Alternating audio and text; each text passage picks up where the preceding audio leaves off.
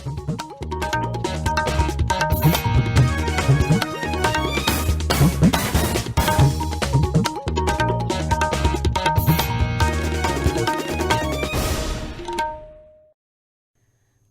नागपूर. रेवती जोशी आपल्याला प्रादेशिक बातम्या देत आहे.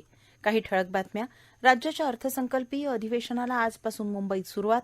दिवंगत सदस्यांना श्रद्धांजली, गदारोळ आणि तहकुबीने गाजला पहिला दिवस.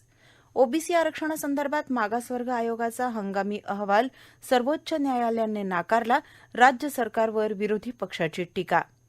गोसीखुर्द प्रकल्पातून रोजगाराला चालना मिळेल, केंद्रीय मंत्री नितीन गडकरी यांचा विश्वास. आणि राष्ट्रीय सांख्यिकी कार्यालयाच्या नागपूर क्षेत्रीय कार्यालयातर्फे स्वातंत्र्याच्या अमृत महोत्सवानिमित्त सांख्यिकीचं सरकारी सर्वेक्षणामध्ये महत्त्व या विषयावरील कार्यशाळा संपन्न. आता ऐकूया बातम्या विस्तारानं. मात्र त्याआधी एक आवाहन. राज्यासह देशाच्या काही भागात कोरोना रुग्णांची संख्या मोठ्या प्रमाणात वाढतेय. कोरोनाच्या नवनव्या प्रकारांच्या बातम्या चिंता वाढवत आहेत. अशावेळी आम्ही श्रोत्यांना आवाहन करत आहोत, लवकरात लवकर लसीकरण पूर्ण करून घ्या. तसंच 15 ते 18 वर्ष वयोगटातील मुलांसह इतर नागरिकांनीही लसीकरणासाठी प्रोत्साहित करा. यासोबतच कोरोना प्रतिबंधक नियम पाळा, गर्दी टाळा, मुखपट्टी अवश्य वापरा आणि हात वेळोवेळी स्वच्छ धुवा. चला त्वरा करा, लसीकरण अवश्य करून घ्या. कोरोनाशी संबंधित योग्य माहिती, मार्गदर्शन आणि मदतीसाठी राज्याच्या 02020612739 या मदत क्रमांकावर संपर्क साधा. राज्य विधिमंडळाच्या अर्थसंकल्पीय अधिवेशनाला आजपासून मुंबईत सुरुवात झाली. दोन्ही सभागृहांच्या संयुक्त बैठकीसमोर राज्यपाल भगतसिंह कोश्यारी यांनी प्रथेप्रमाणे अभिभाषणाला सुरुवात केली. मात्र सत्ताधारी पक्षाच्या सदस्यांनी आक्रमक पवित्रा घेत घोषणाबाजी सुरू केल्यामुळे अवघ्या 2 ते 3 मिनिटातच त्यांनी भाषण आटोपतं घेतलं. राज्यपाल निघून गेल्यावरही घोषणाबाजी चालूच होती. राज्यपालांनी समर्थ रामदास स्वामी यांचा उल्लेख छत्रपती शिवाजी महाराज यांचे गुरु म्हणून केल्यामुळे सत्ताधारी सदस्य राज्यपालांचा विधान भवनात प्रवेश झाल्यापासूनच आक्रमक झाले होते. ते सभागृहात येताच घोषणा चालू झाल्या. विधान परिषदेचं कामकाज आज वंदे मातरमने सुरू झालं. कामकाज सुरू होताच विरोधी पक्षनेते प्रवीण दरेकर यांनी मंत्री नवाब मलिक यांच्याबाबतचा मुद्दा उपस्थित करायचा प्रयत्न केला. मात्र याला अनुमती नसल्याचं सांगत सभापती रामराजे नाईक निंबाळकर यांनी दरेकर यांचं कोणतंही वक्तव्य नोंदीत घेतलं जाणार नाही असं स्पष्ट केलं. तरीही दरेकर बोलत राहिले तर विरोधी पक्ष सदस्य मलिक यांच्या विरोधात घोषणा देत हौदात जमा झाले. त्यांनी जागेवर बसावं अन्यथा बाहेर काढावं लागेल अशी तंबी सभापतींनी दिली. याच गोंधळात सभापतींनी कार्यक्रम पत्रिकेवरील आपला कार्यक्रम पूर्ण केला.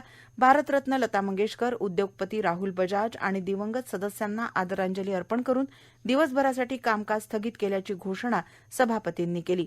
विधानसभेतही कामकाज सुरू झाल्यानंतर विरोधी पक्षनेते देवेंद्र फडणवीस यांनी मलिक यांच्या राजीनाम्याची मागणी केली.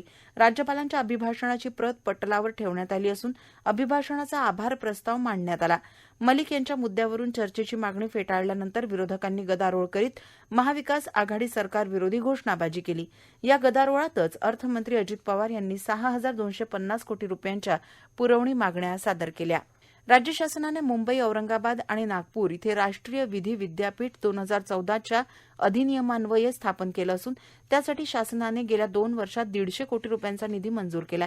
नागपूरच्या वरणगाव परिसरात 60 एकर जागा नागपूर इथल्या विद्यापीठासाठी देण्यात आली आहे. यासाठी शैक्षणिक संकुल बांधून पूर्ण झालंय. या विद्यापीठांच्या विकासासाठी निधी कमी पडू दिला जाणार नाही असं उच्च आणि तंत्रशिक्षण मंत्री उदय सामंत यांनी सांगितलं. मेक इन इंडियामुळे अनंत शक्यता निर्माण झाल्या असून सारं जग भारताकडे कारखानदारीचं शक्ती केंद्र म्हणून बघतंय असं पंतप्रधान नरेंद्र मोदी यांनी म्हटलंय. ते आज उद्याच्या जगासाठी मेक इन इंडिया या विषयावर आयोजित वेबिनारमध्ये बोलत होते.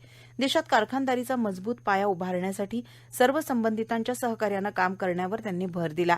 देशातल्या कारखानदारी क्षेत्राचा स्थूल राष्ट्रीय उत्पादनातील वाटा सुमारे 15% आहे.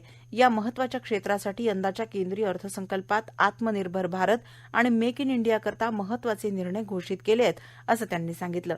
दर्जाच्या बाबतीत जागतिक स्पर्धेत भारतीय उत्पादनं निर्दोष असली पाहिजेत. त्याचबरोबर जगापुढची पर्यावरणाची समस्या लक्षात घेता ही उत्पादनं पर्यावरणावर अजिबात विपरीत परिणाम करणारी असू नयेत अशी अपेक्षा त्यांनी व्यक्त केली. राज्यातील 14 जिल्ह्यांना पूर्ण लसीकरणाच्या टक्केवारीच्या आधारे अ यादीत समाविष्ट करण्यात आली असून आणखी काही निर्बंध शिथिल करण्यात आले आहेत. या नव्या मार्गदर्शक सूचनांची अंमलबजावणी राज्यात उद्या म्हणजे शुक्रवार 4 मार्चच्या मध्यरात्रीपासून केली जाईल. हे निर्देश पुढील आदेशांपर्यंत अंमलात राहतील. असूचीतील यादीमध्ये 14 जिल्ह्यांचा समावेश असून यात विदर्भातील भंडारा, नागपूर, वर्धा, गोंदिया, चंद्रपूर या 4 जिल्ह्यांचा समावेश आहे. या शहरांमध्ये सिनेमा, नाट्यगृह, धार्मिक स्थळे पूर्ण क्षमतेने खुली होणार असून शाळा आणि महाविद्यालये देखील सुरू होतील. राष्ट्रीय आपत्ती प्रतिसाद निधी अंतर्गत महाराष्ट्रासह 5 राज्य आणि एका केंद्रशासित प्रदेशासाठी केंद्र सरकारने 1682 कोटी रुपयांपेक्षा जास्त अतिरिक्त केंद्रीय सहायता निधीला मंजुरी दिली आहे. केंद्रीय गृहमंत्री अमित शाह यांच्या अध्यक्षतेखालच्या उच्चस्तरीय समितीने ही मंजुरी दिली. त्यात महाराष्ट्राला 355 कोटी रुपये मंजूर झाले आहेत. रशिया युक्रेन युद्धात अडकलेल्या भारतीय नागरिकांना मायदेशी आणण्यासाठी भारतीय वायुदलाची आणखी 19 विमानं आज युक्रेनच्या शेजारी देशांमधून उड्डाण करणार असून या विमानांमधून 3726 भारतीय नागरिकांना परत आणलं जाईल असं नागरी विमान वाहतूक मंत्री ज्योतिरादित्य शिंदे यांनी म्हटलंय. दरम्यान गंगा अभियानाअंतर्गत बुलडाणा जिल्ह्यातले 3 विद्यार्थी आज युक्रेनमधून मायदेशी परतले. आतापर्यंत या जिल्ह्यातील एकूण 5 विद्यार्थी सुखरूप परतले असून आणखी 4 विद्यार्थी अद्यापही युक्रेनमध्येच आहेत. हे विद्यार्थी सुरक्षित असून येत्या 2 दिवसात तेही मायदेशी परततील अशी माहिती जिल्हा प्रशासनाने दिली. चंद्रपूर जिल्ह्यातील 12 विद्यार्थ्यांपैकी 6 जण सुखरूप स्वगृही परतले तर 4 विद्यार्थी दिल्लीत दाखल झाले आहेत. उर्वरित 2 विद्यार्थी येण्याच्या मार्गावर आहेत. इतर मागासवर्गीय म्हणजे ओबीसींच्या आरक्षणासंदर्भात मागासवर्ग आयोगाचा हंगामी अहवाल सर्वोच्च न्यायालयानं नाकारलाय. जोपर्यंत पुढचे निर्देश देत नाही तोपर्यंत ओबीसी आरक्षणासह निवडणुका होणार नाहीत असे स्पष्ट आदेश या संदर्भात आज झालेल्या सुनावणीत न्यायालयानं दिले. मागासवर्ग आयोगाच्या आकडेवारीतून ओबीसींचं राजकीय प्रतिनिधित्व दिसून येत नाही. तसंच अहवालावर जी तारीख आहे ती राज्य सरकारला अहवाल सादर केला तेव्हाची आहे. मग नक्की आकडेवारी कधी गोळा केली आहे हे त्यातून स्पष्ट होत नसल्याचं न्यायालयानं नमूद केलं. राज्य सरकार आणि राज्य निवडणूक आयोगानं मागासवर्ग आयोगाच्या अहवालावर कार्यवाही करू नये आणि स्थानिक स्वराज्य संस्थांच्या निवडणुका ओबीसी आरक्षणाशिवाय घ्याव्यात असे निर्देश सर्वोच्च न्यायालयानं दिले आहेत. दरम्यान स्थानिक स्वराज्य संस्थांमध्ये इतर मागासवर्गीयांसाठी असलेलं राजकीय आरक्षण महाविकास आघाडीने केलेल्या दुर्लक्षपणामुळे, चुकीचे अध्यादेश आणि प्रतिज्ञापत्रांमुळे गमावलंय. के. कृष्णमूर्ती आयोगाच्या निकालानुसार सर्वोच्च न्यायालयाला अपेक्षित असलेला अहवाल राज्य सरकारने सादर केला नाही. राज्य सरकारचा माहिती अहवाल हा ट्रिपल ट्रेस्ट प्रमाणे नव्हता असं इतर मागासवर्गीय समाजाचे नेते तसंच विधान परिषदेचे सदस्य चंद्रशेखर बावनकुळे यांनी आज नागपुरात प्रसारमाध्यमांशी बोलताना सांगितलं. हा अहवाल फेटाळल्यामुळे आता स्थानिक स्वराज्य संस्थांमध्ये ओबीसींचं नेतृत्व तयार होणार नाही अशी व्यवस्था महाविकास आघाडीने केल्याचा आरोप त्यांनी केला.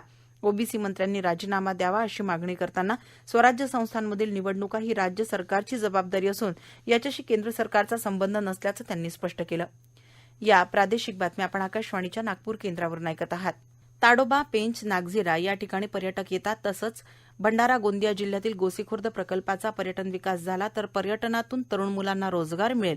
गोसीखुर्द या जागतिक दर्जाच्या धरणातील वॉटर स्पोर्ट्स आणि बोटिंग सर्व्हिसेस चालू झाल्या तर भंडाऱ्यातील पर्यटनाला चालना मिळेल असं प्रतिपादन केंद्रीय रस्ते वाहतूक महामार्ग मंत्री नितीन गडकरी यांनी आज केलं. भंडारा जिल्ह्यात राष्ट्रीय महामार्ग 53 वरील 14.80 किलोमीटर लांबीचा 6 पदरी बायपासच्या 421.40 कोटी रुपयांच्या तरतुदीने बांधल्या जाणाऱ्या कामाचं भूमिपूजन आज त्यांच्या हस्ते झालं. त्यावेळी ते बोलत होते. या रस्त्यामुळे वैनगंगा नदीवरच्या पुलावरील वाहतुकीचा भार कमी होणार आहे. भंडारा जिल्ह्यातील वाहतूक कोंडी थांबणार असून वेळ आणि इंधनाची बचत होईल असंही ते यावेळी म्हणाले. नागपूर भंडाऱ्याच्या सीमेवर असणाऱ्या आंभोरा इथल्या केबल स्टेट पुलाचं निरीक्षण त्यांनी केलं. या पुलावर व्ह्यूअर गॅलरी, कॅप्सूल लिफ्ट अशा प्रकारच्या सुविधा असतील. त्यामुळे गोसीखुर्द धरणातील बॅकवॉटरच्या पर्यटनाला चालना मिळेल.